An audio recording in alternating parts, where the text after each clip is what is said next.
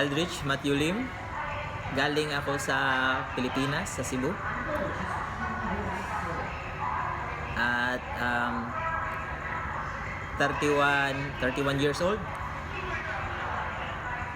Now, ngayon nandito na ako sa Australia, sa Perth. So I'll ask 3 questions. So first question is that what is happiness means to you? Ang kalipay, yung happiness para sa akin is hindi mo na para sa akin lang, hindi mo na dapat yan hahanapin kasi kahit na mga anong bagay magpapasaya sa iyo, materialis lang yan eh. So kung gusto mo ng happiness, makikita mo lang yan sa sarili mo. So dapat ka mag content sa kung ano na sa iyo at diyan ka na sa magiging masaya ka. Hindi mo iasa yung kasiyahan sa ibang tao, sa mga gamit o sa kasi hindi mo yan mahahanap kung hindi mo talaga makikita sa sarili mo. Siyempre, pamilya, isa din magpapasaya sa iyo. So,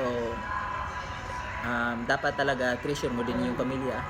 Kasi kahit anong mangyari, yung pamilya nandiyan yan para sa iyo. So do we have any message for your younger ones? Ang mensahe ko lang sa mga kabataan ay yun, maging respeto pa rin, lalo na sa mga matatanda kasi may mga experience na sila, at least makabigay sila ng guidance sa inyo na kung ano ang dapat, respect, tapos believe sa sarili mo na kung ano ang gusto mong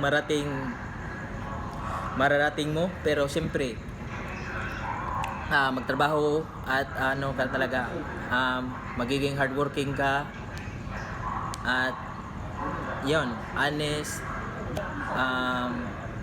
hindi mo makikilimutan na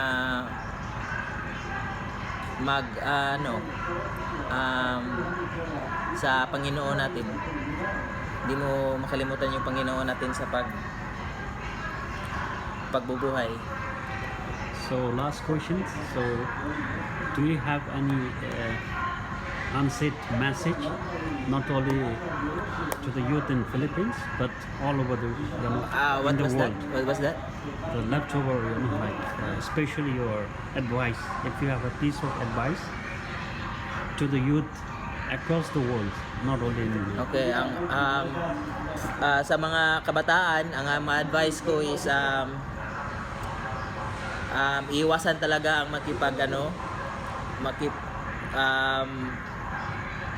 iwasan niyo yung mga vices, tapos lalo na yung sa mga barkada, kasi para sa akin yung barkada nandyan yan sa kabataan mo, pero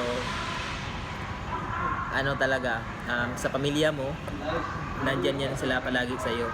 So sa kabataan ko ngayon is magpursige, magtrabaho, mag-aral ng mabuti para makamit mo yung kagustuhan mo na yung future mo.